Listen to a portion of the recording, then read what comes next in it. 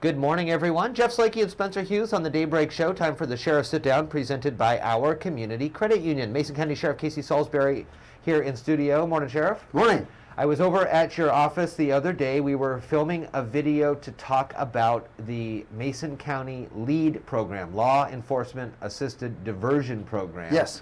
And it was a great conversation. We're going to be posting those, and we're going to talk about it in a second. But first, I know that there's been some work done on the front. The entrance area looked nice, the signs, and JROTC had something to do with that? Yes, Chief Byer was the one, I believe, that set that up with the ROTC group to come down and do a kind of a beautification project for the front of our office, which involved the front sign out there that was put up years ago.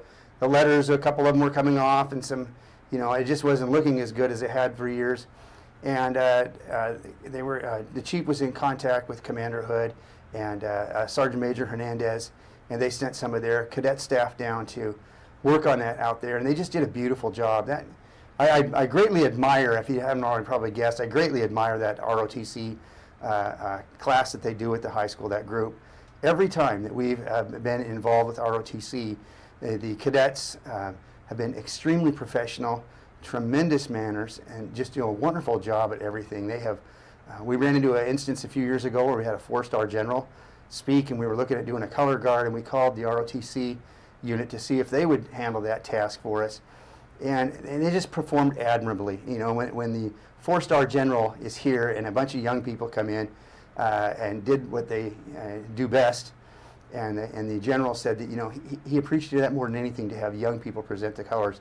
They did it perfectly.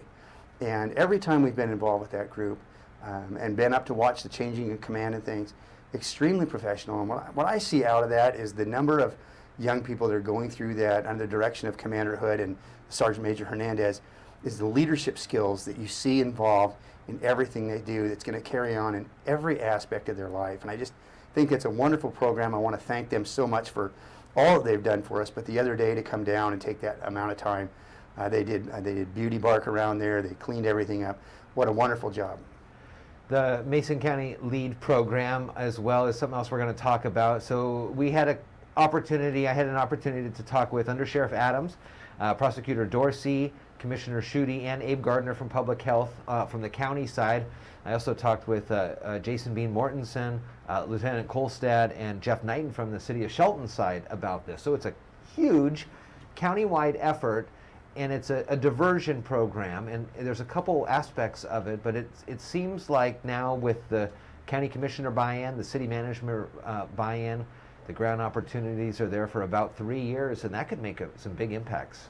Yes, I think the first thing important about that is that each agency had a representative, or each group had a representative, of which Under Sheriff Adams represented our organization in that. I think it's a tremendous example of how, when people in different parts of county and city government get together with a common goal and work towards something, that what great things can come out of it, and what an outstanding leadership team within that group and working together. I think that Abe Gardner was kind of the coordinator, I guess you'd say, of that, as far as I can tell. And what a wonderful job of each of the groups participating, and I think the benefit for the community will be well worth it, as well as for the individual. I think the other part that I sat and listened to the comments made the other day, the other thing that I would add to that is that the common goal here is healing people, or getting people back to where they're productive in their daily life and in our community.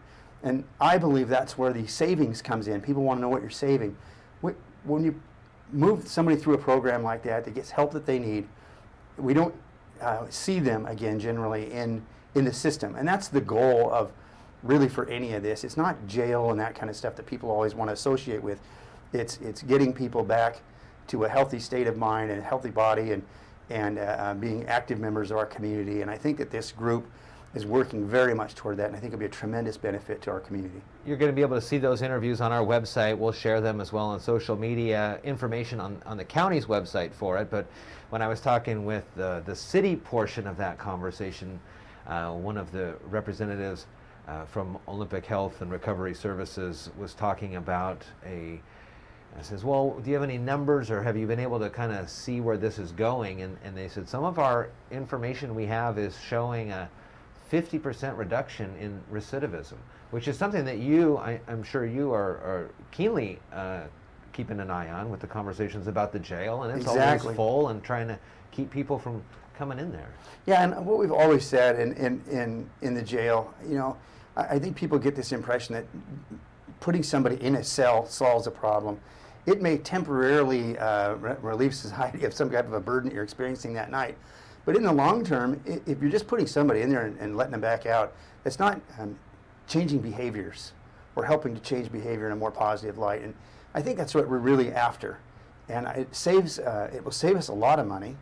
And more importantly, it saves us a person in many cases. We looked at a few years ago working on drug court, and I had some experiences with that, extremely positive experiences where some of our staff, Under Sheriff Barrett at the time, had worked with some people through that process.